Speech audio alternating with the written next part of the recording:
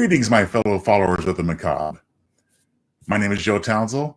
Thank you very much for joining me for yet another thrilling Dreadtime story. Our twisted tale of terror begins in a most unlikely place.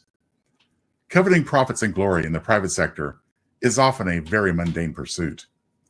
This can be especially true for the numerous, faceless staff-level workers, both permanent and temporary, that toil thanklessly. We now join one such temp worker as he begins a very unusual day. Temp worker Wendell Skaggs is about to have a very tough day at work. Like many forced to compete in the rat race, he has lofty goals to climb the corporate ladder. And like many who never achieve real advancement, he lacks the drive and talent to make it happen. Once he had it all. Now, he's just another office lackey working one gig to the next. But today will prove to be a very real turning point for Wendell Skaggs.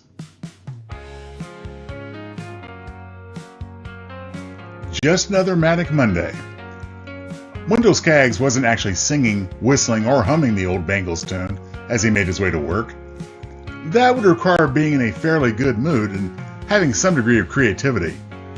No, the single lyric just popped into his head, intermixed with dread for the day ahead, distracting him from the world surrounding. When they came up with the terms black cloud and tunnel vision, they were thinking of Wendell Skaggs. A fleeting glance at his wristwatch revealed that he was running quite late. Sometime later, he would be unable to recall the exact time of day that he decided to pick up his pace. Day without beginning, day without end. The story of his life. Wendell decided to jog, then run to his destination. He found it ironic that he was now sprinting toward yet another insignificant shrine dedicated to lining somebody else's pockets, along with other nameless, faceless lemmings surrounding him. But someday, these 1 or 2 day gigs would pay off and he'd be one of the overprivileged tycoons. There was no doubt in his mind, at least. He was bound and determined.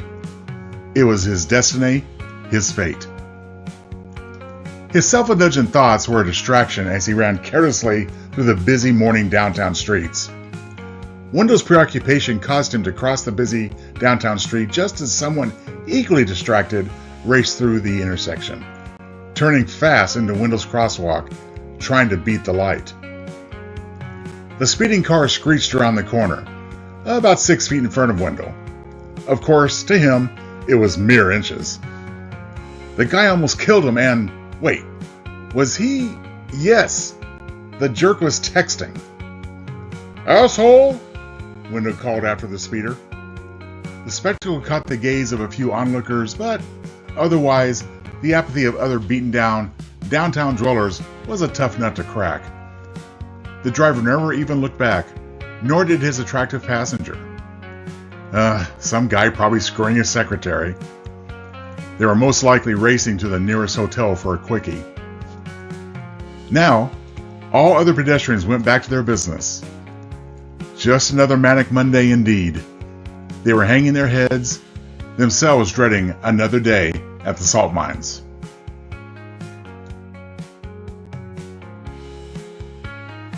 Two blocks later, Wendell found the office where he'd be watching the clock for the next 8 hours, minus 30 minutes for lunch break.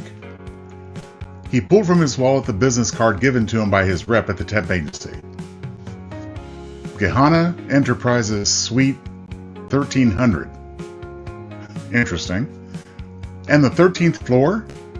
That was unusual. So odd, in fact, that Wendell's inner warning voice, long dormant, spoke up, urging him to do an about-face and take the day off.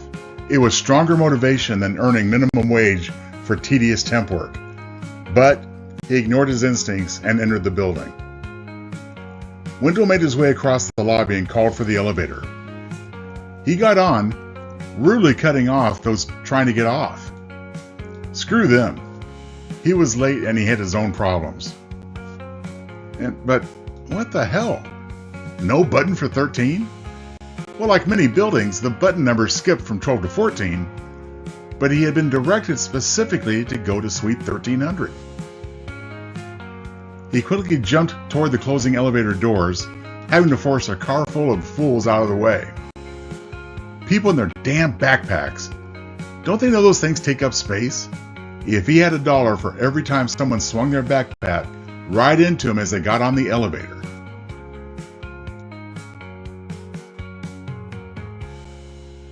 He was able to shove his arm through the closing door and get out. He walked back to the lobby and approached the man at the security desk, who looked to Wendell like he barely made minimum wage himself, and none of it went toward cleaning his uniform or his teeth. "Excuse me," he said, showing the guard his business card. "I'm working here today. Is this a misprint? You don't seem to have a 13th floor." "Nope, misprint, good sir." The guard smiled broadly through cigarette-stained teeth. "That's the right place. Little tricky getting there, though, with no button, right?" There's no button 13 on the main elevator, I admit. But not to worry. Come with me, please. The guard escorted Wendell to a separate, small elevator bank across from the concierge office. He pressed the button and the door responded immediately. "All aboard!" The guard laughed, much more hearty than the lame joke warranted. "Gehenna Enterprises is the cornerstone company of the building. It has its own direct lift to the 13th floor." And to prove the guard's point, there was a single button on the elevator panel, labeled 13. Thanks," Wendell said. "Oh, don't mention it, kind sir. Now you have a fantastic day now." With that, another ghastly grin from the security guard. And were his eyes that red a minute ago? It was turning out to be a manic Monday after all, and Wendell had no stomach for someone so chipper and creepy first thing in the morning.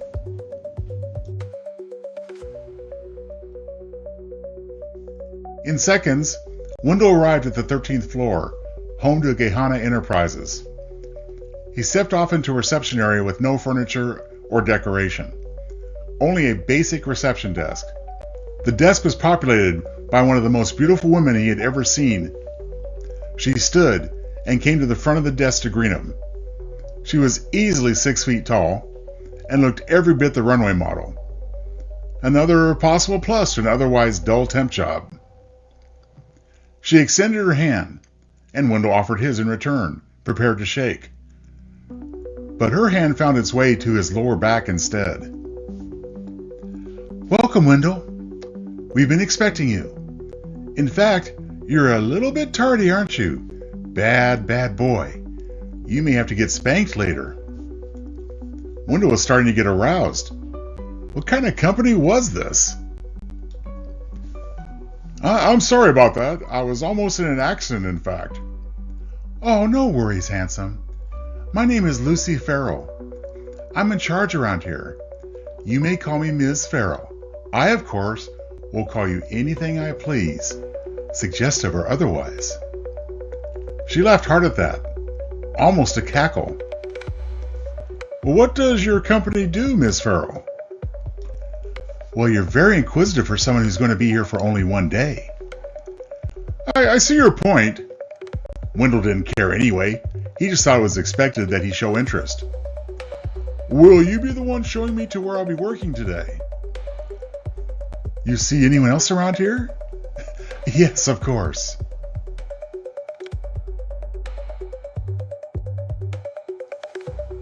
Ms. Farrell took Wendell's arm and escorted him through the connecting door. Once beyond the reception area, Wendell saw a large cookie-cutter cubicle farm, with a few offices at the far end of the floor. It wasn't the first solo spanking cubicles he had ever seen. He hoped it would be the last. But as they say, be careful what you wish for. They continued to walk, and walk, and walk some more.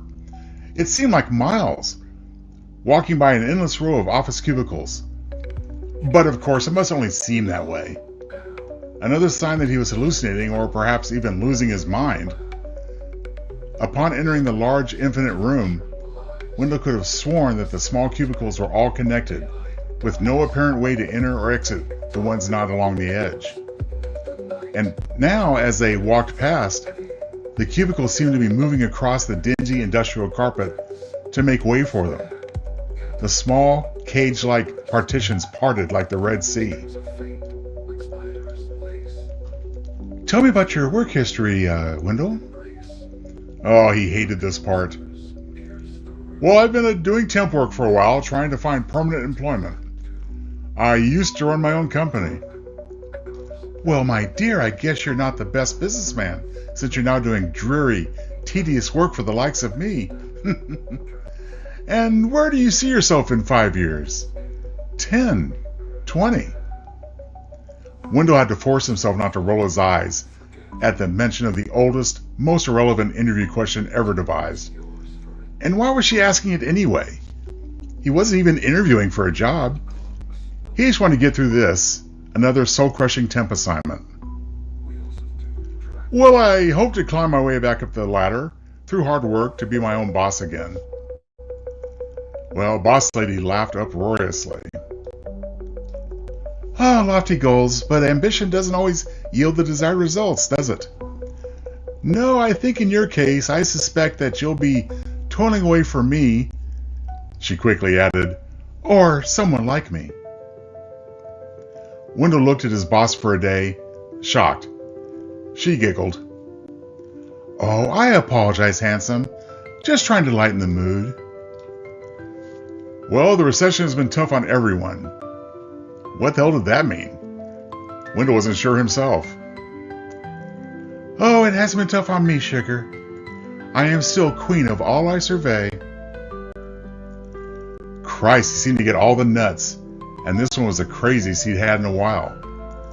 But she was hot, and Wendell was thinking with his small head, he had been since he laid eyes on Miss Lucy Farrell. As they walked past the cubicles, Wendell noticed peripherally that everyone working had dull, vacant looks. They stared into space, and not the computer monitors before them. He empathized, but even he would perk up if the boss walked by. He couldn't be sure if they were permanent staff or temps like him. He just found himself thanking God this was only a one-day assignment. Okay, here we go.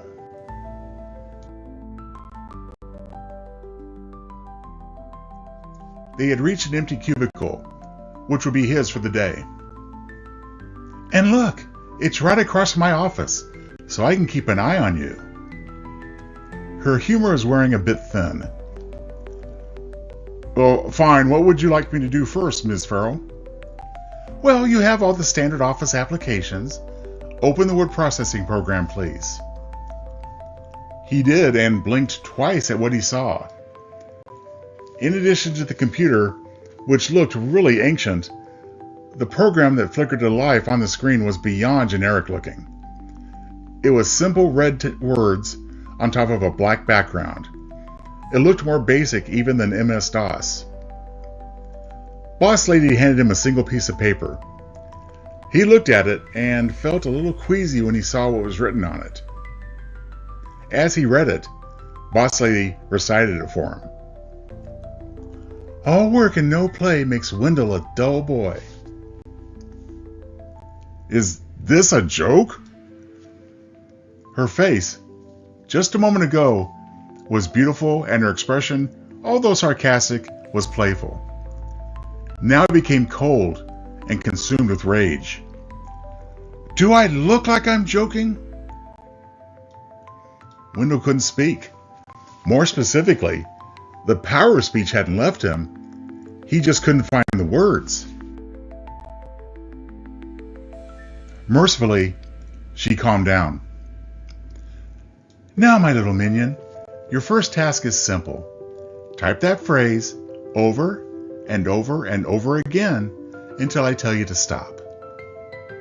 Now there was fear, and Wendell was becoming paralyzed by it. All he had to do was walk out, get on that bizarre elevator, and leave this horrible building. He knew he could just blow off this day's temp wages. But he couldn't move.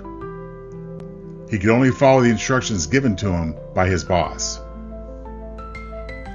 Was he debilitated by this new, insane supervisor/subordinate scenario?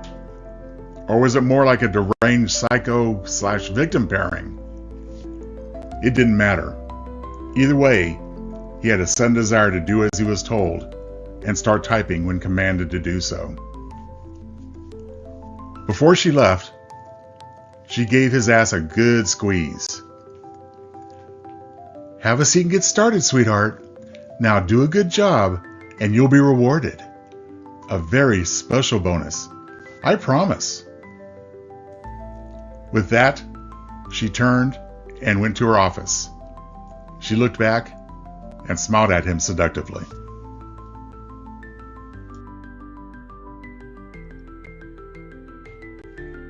Wendell tried to speak to the woman occupying the cubicle behind him on the right. "What is it with that crazy bitch?" he asked. I mean, pardon my language, but this is nuts." The woman seemed to flinch a bit at his words, but didn't reply. Her demeanor was that of a small child, always bullied, desperately hoping to escape further punishment by laying low. She continued to stare straight ahead, but past him, vacant-eyed, typing something no doubt as meaningless as his own inane assignment. He then turned to the cubicle next to the woman's, behind him and to the left. He looked at the man seated there, staring him dead in the eyes. Unlike the brain-dead woman, at least the old coot next to her showed some signs of life. "Well, what's the story anyway, buddy?" Wendell asked. The man turned and glared at Wendell. He spoke with a voice of incredible age and despair. He seemed to be well past retirement age. Hell, he seemed to be well past death. But his tone was shockingly commanding and threatening. "Just do your job," he hissed. "You'll make it worse for the rest of us. If you don't like it, then leave. If you can." With that, the compulsion returned to begin typing. And he did.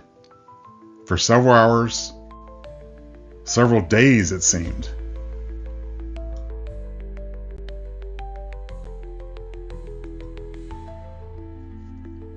Much later, as promised, Ms. Farrell emerged from her office to check on her newest lackey. "Poor baby," she said, looking at his hands. "Your fingers are bleeding. You've been working so hard." "What?" Damn, she was right. Wendell felt he was coming out of a trance, and he was on autopilot, typing again and again that ridiculous phrase. According to the computer screen, he had typed thousands of pages. Of course, that had to be a glitch in the program. But what time was it? Wendell looked around and noticed for the first time there were no windows and no clocks. Just like a Vegas casino. There wasn't even a date or time on the computer screen. Only the repetitious phrase he had typed hundreds, thousands of times. "You've definitely earned that bonus, baby. Wait a few minutes and come into my office." She winked at him, and his reaction was initially one of revulsion, which quickly perverted itself into arousal pangs. He was helpless to not follow Miss Farrell into her office. Not that he didn't want to do so desperately. Tonight's Dreadtime story, Another Day, Another Horror, will continue. Tonight's story is one of 6 I wrote for the collection called Anticipation. I'm joined there by 6 very talented authors. It's a wild read and a wild ride, to be sure.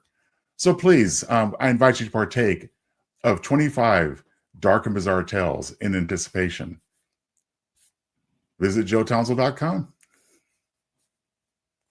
Here it comes, here it comes, here it comes, here it comes. Sing, here it comes. Sing, here it comes. Not just yet, not just yet, not just yet, not just yet. Anticipation, anticipation.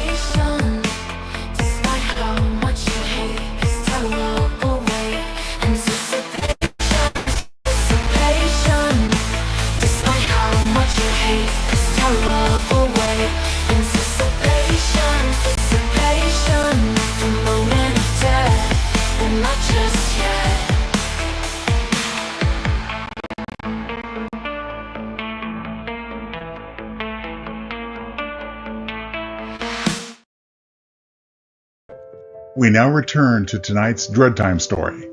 Another day, another horror.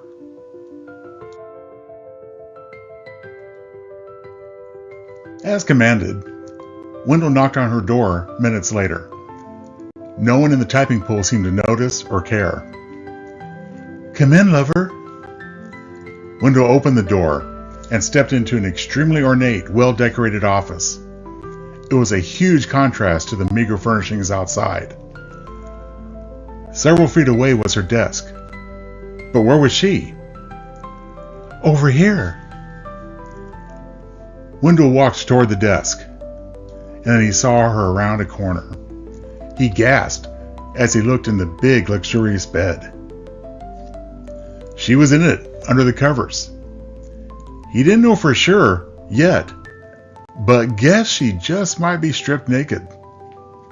"You are smoking hot," he said in a weak voice. She giggled. Smoking? Hot? Not beautiful? Or gorgeous? Or even pretty?" "Well, yes, of course. You just took me by surprise." More likely you're used to thinking of women as objects, not really people. So you're going to use adjectives that are more aptly descriptive of objects than people." Wendell had no response to that. He could only imagine what was under the covers. "Oh, no matter, handsome. You use me, and I'll use you." Wendell, unable to control his impulse any longer, started to take off his suit. These impulses has always been stronger than his good sense and instincts, and today was no exception.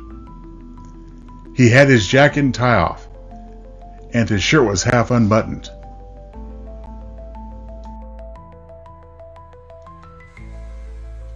She pulled back the covers to reveal her big, beautiful breasts. Normally this would cause him to quicken his disrobing, but this time he stopped cold. Something was wrong, and it took Wendell only a moment to figure it out. She had no nipples. "What's wrong, baby?" she asked coyly. "Are you getting impatient? Do you need to see more?" She then pulled the covers away completely, exposing the rest of her naked body. Wendell didn't want to look further down, but was unable to stop himself. To his horror, between her legs, there was movement and a soft clicking sound. There were teeth, and they seemed hungry. Wendell took a few involuntary steps back and almost tripped over his own feet. For a moment, he was frozen in terror. Reluctantly, he looked back up at her chest. Where there had been only smooth flesh where her nipple should have been, there was now movement underneath the skin itself. Then the skin split, continued to grow more reddish in color, and began to separate at the gashes, until there were 2 small holes on her breast. He jumped when 2 small mouths suddenly opened where her nipples should have been. They were now also taking tiny bites at the air. There were now 3 places on her body where her clicking of teeth could be heard in the oppressive air. Every few seconds, a slithering, lizard-like tongue jutted out of one of her massive breasts, seeking a passing horsefly or some other form of sustenance. Her hair became increasingly stringy and oily. She reminded Wendell of Medusa, although he suspected that she could turn him into something far worse than stone. Her skin was now completely crimson in color. He resisted with all the dissipating will and strength, but was able to fight an urge to look at her face. Somehow, she was even more alluring and hypnotic, like a vampire, but far more terrifying. Lucy Farrell now had 6 eyes, black with yellow slits. Her hairline now receded to allow for the growth of 2 horns high on her forehead. Wendell finally found the strength to flee, or was it that he was simply being allowed to run, until she decided to chain him to his cubicle for all eternity, so that she could play with him as a cat might toy with a defenseless mouse before tearing it to shreds. Wendell ran from her boudoir back into her office and toward the closed door leading to the cubicles. Typical man. Always shoots his load too quick. Then, once he's gotten off, he exits stage left. She cried after him, laughing hysterically. You gonna at least call me, baby? Wendell flung open the door and bolted back into the cubicle farm.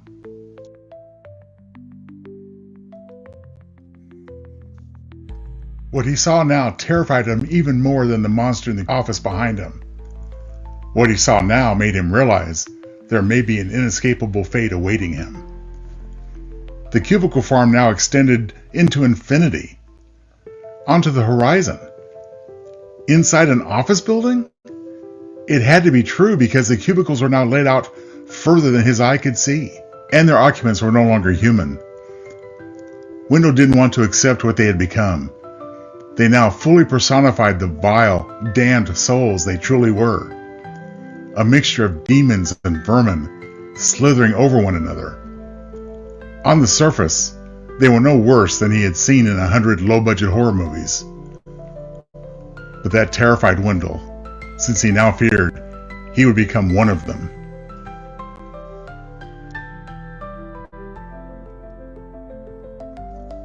Wendell looked to his left and could still see the door they entered earlier from the reception area. He ran for it.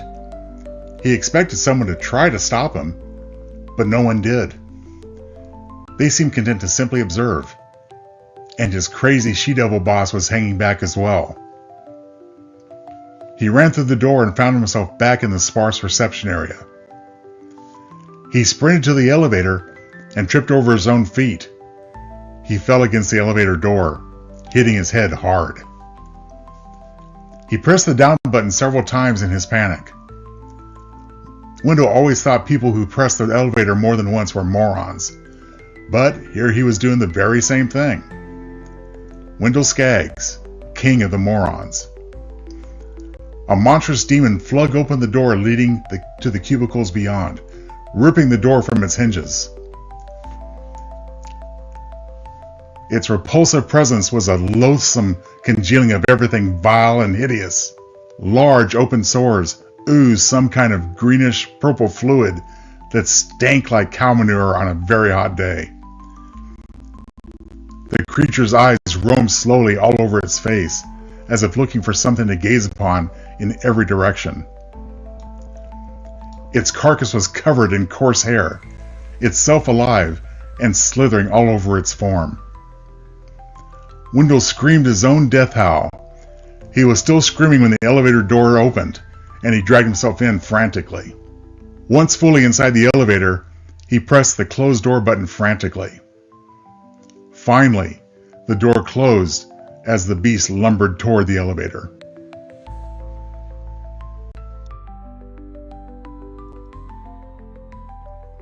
He looked to the elevator panel to press 1. But there is no button for the first floor. He should have already known this. When he entered the elevator earlier, the only button was for floor 13. But now, there was no longer even a button for the 13th floor. There were now several buttons on the panel, where there had only been one before. And all the new buttons had the same number etched into them. 666. The revelation didn't surprise him, but he screamed again anyway. The sound of the shriek filled the tiny elevator car. Wendell collapsed onto the floor in defeat and despair. His fate, it would seem, was sealed. It took Wendell a long time to recover and calm himself. This came with the final, inevitable revelation. Simply put, there was nowhere to go but back to work.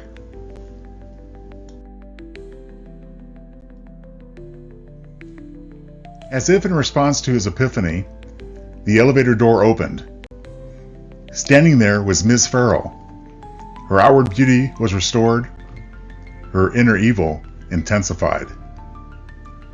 But despite this, she now had an expression he had not yet seen. It was a look of sympathy. Mock or sincere, he appreciated the act of compassion. He would soon yearn for it. She extended her hand, and he took it. After helping him up, the boss and the temp worker went back to the cubicle room. Well, welcome back to Gahana Enterprises, Mr. Skaggs. And I have great news. We knew you were looking for temp to perm employment. Well, you will have that permanent employment here. Very permanent. So, here, baby. Let's seal the deal with a kiss. Lucy Farrell took Wendell Skaggs into her arms. She kissed him fully and passionately. Wendell retched when he felt her tongue savagely swirl around his. Her tongue was slimy and forked. With a small degree of mercy, she finally released him from her embrace. You called me Mr. Skaggs, he managed after a moment. Well, truth be told, until recently I'm much more accustomed to calling you that than anything else. Except for maybe asshole or prick. I don't understand. Patience, darling. First things first. They stepped around the door, now a splintered pile of kindling on the reception area floor. Then they began the long walk down toward Cubicle Row. Well, this is untidy and professional. I'll have to get maintenance on that. Lucy gently set Mr. Skaggs back into his seat. Back to the cubicle he would occupy for eternity. Although now drowning in his own despair, his fear was dissipating, and he no longer had the urge to run. He now existed only to serve his new mistress, to curry her favor, and earn her mercy, whenever possible through relentless, obsequious behavior. Wendell was compelled to look back toward the door to reception. He was impressed. Maintenance at Gahana Enterprises was very quick and efficient. The door had already been replaced and hung in the time it took them to walk down the hallway. Then, as he and Miss Farrell both watched, the new door faded into the wall until it was completely gone. The wall was now solid and uninterrupted by an exit. Any hope for escape was already becoming a distant memory.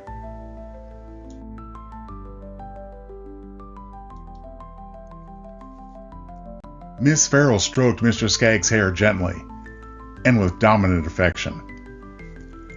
Do you know where you are? She asked, further softening her tone. He choked on his answer, knowing that speaking it aloud would ultimately make it undeniably true. Yes, I'm in hell. Well, for you, yes, but not for everyone here. That car this morning, it didn't almost hit me. It did hit me and killed me. Oh, silly boy. No, that's not what happened. You were driving the car. Reckless and self-involved. I was with you. After you almost hit that poor guy crossing the street, you rear-ended another car a block later. We were both killed. Suddenly, Mr. Skaggs remembered. Lucy, you were my secretary. Oh, come on, Mr. Skaggs. Assistant. Remember? Please show some respect. Lucy stroked his cheek.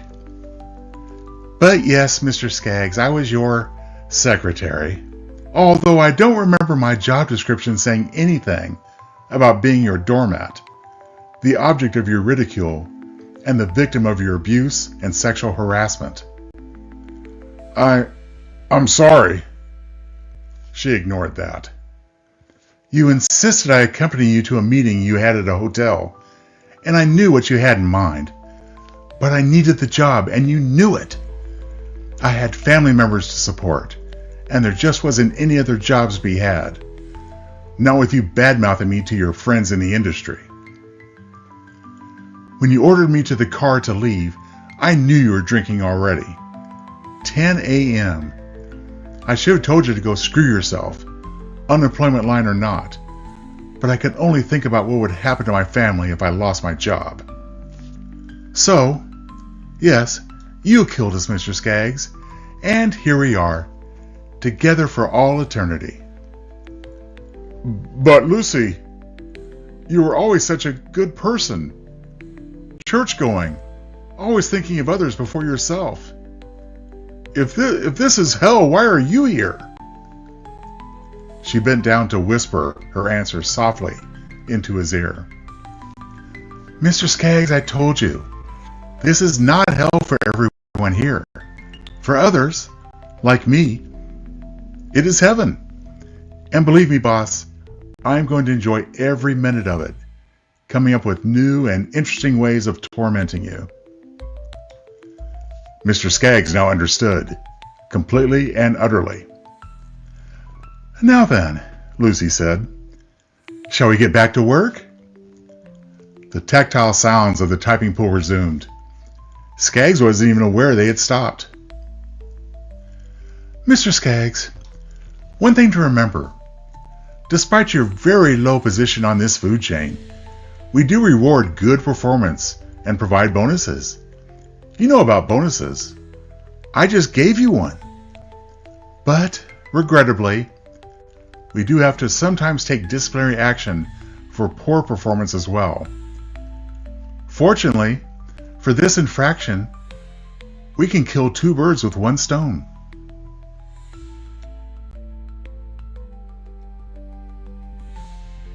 Lucy motioned for Mr. Skaggs' co-worker seated behind him to approach.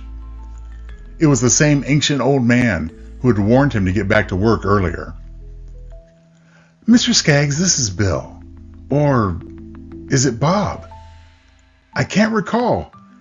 I do apologize, sir. Which is it, please?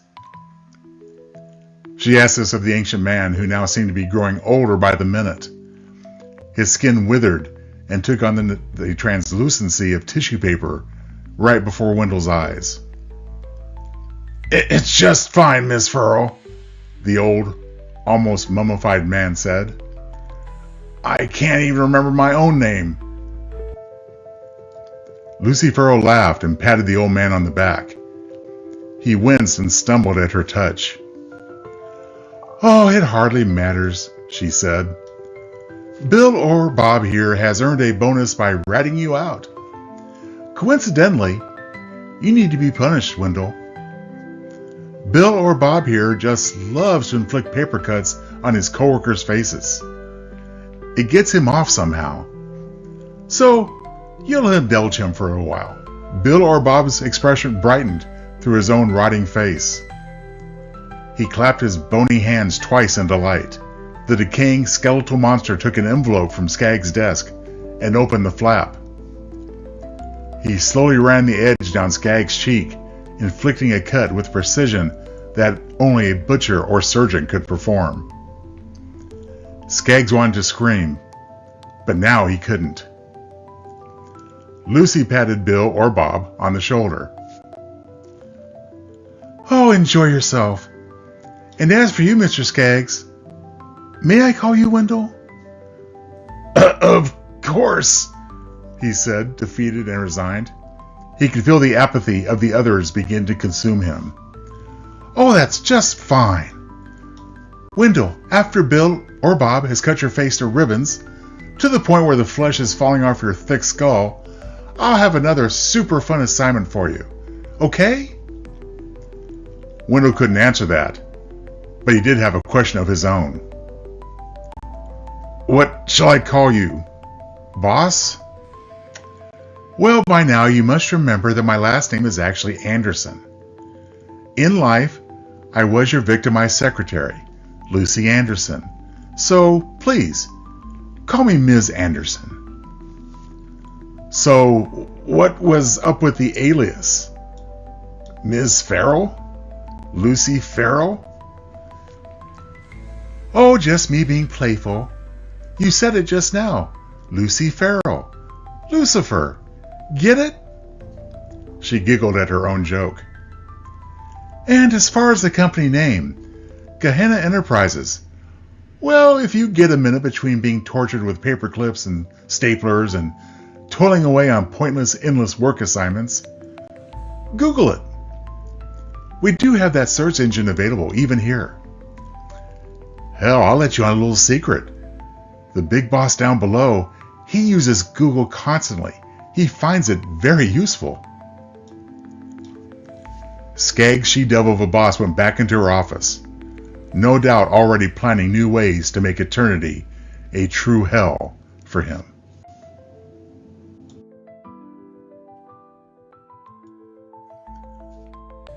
Wendell resumed typing. Oh, work and no play makes Wendell a dull boy. After an indeterminate passage of time, or did time simply stand still here? He paused typing. The pinky on his left hand was aching. The fingernail had grown to an obscene length. It had hardened to a dark gray fungal type substance. It had become a talon. Wendell knew that other repulsive changes to his body were to come. Would he become a humanoid demon? Or simply another among the vermin that crawled and slithered throughout the cubicles? It hardly mattered. Whatever served and pleased his mistress. After a moment of hopeless reflection, Wendell Skaggs returned to his temp to perm duties. He sighed. This was going to be a very long day. This man's damnation is a woman's eternal reward. It is a symbiosis made in both heaven and hell. When seeking a different fate for yourself, be careful what you wish for, and be very afraid. Like many other dark and bizarre tales, this is a story that is best told at Dreadtime. Friends, I hope you truly enjoyed tonight's Dreadtime story, and that we've managed to give you a nice little nightmare to darken your dreams. Thank you for listening as always, and leaving your comments. I look forward to responding to all. Special thanks, as always, to my good friend John Weber. Where would we be without his talent and friendship? He's amazing. The two of us, each and every week, put out great content on the Weber Internet thingy. So please join us whenever you can to have a good time. And very soon, look for Joe Townsel's Dreadtime Stories returning. So, until then, stay frightened, my friends. Good night.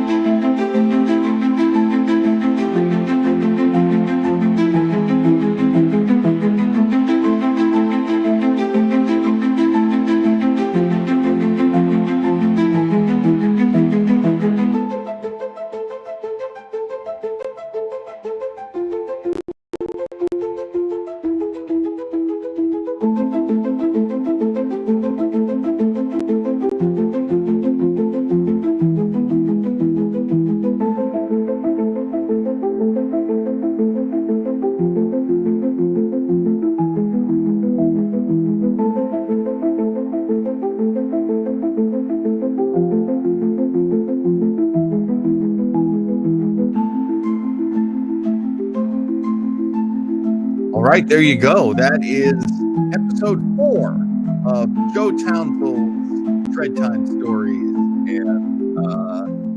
and I'm John Weber.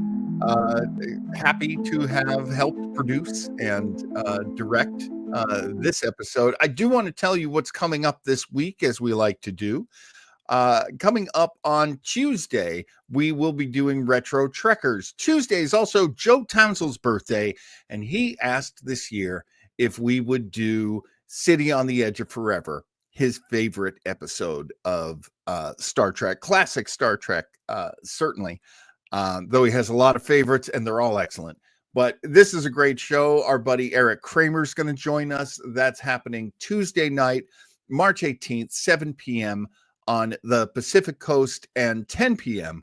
on the East Coast. We hope you will join us live as we recap and review this great episode. Of course, Joe will be doing The Beats, which is always a little mini movie that he makes that just makes the whole show so great. To, break the show down for you so that even if you haven't seen it in years, you'll remember everything. So join us, please, on Tuesday night. Again, 7 p.m. on the Pacific Coast and 10 p.m. on the Eastern Coast for Retro Trekkers and City of Forever. Thursday night, I do my show, Mr. Weber's Web O Mystery, where I play you an old-time radio show, and we learn some great things about the show. I love old-time radio, and I love sharing it with my friends. So won't you be one of my friends? Won't you join me? As we watch The Falcon. The Falcon was a really, really interesting detective. Very popular, but one of the most shady detectives. He did not get along with a lot of people, and he had a lot of negativity in his life, and that was not typical of radio detectives. They were usually very friendly with the cops and with everybody. But this is a tough guy. This is a tough two-fisted guy, the Falcon. So you're going to get to hear a Falcon show. I'm going to tell you all sorts of information about the Falcon. It's going to be a lot of fun. Next Sunday, we don't even really have a proper promo for this one yet. I'm going to be replaying it's kind of a redux of a show that we used to do years ago called Captain John's Haunted Radio from Space. Again, old time radio. This one is different. This one's very different. This show, we pause the show, and then me and Joe and our guests have a good time kind of taking the show apart, as opposed to Web O Mystery, where I play the show and I don't interrupt it. This one is filled with interruptions. And if you want to hang out with us and just laugh, just have a good time and just laugh with old time radio, you'll have your chance. It is not a it is not a live show, but we will be live in the chat.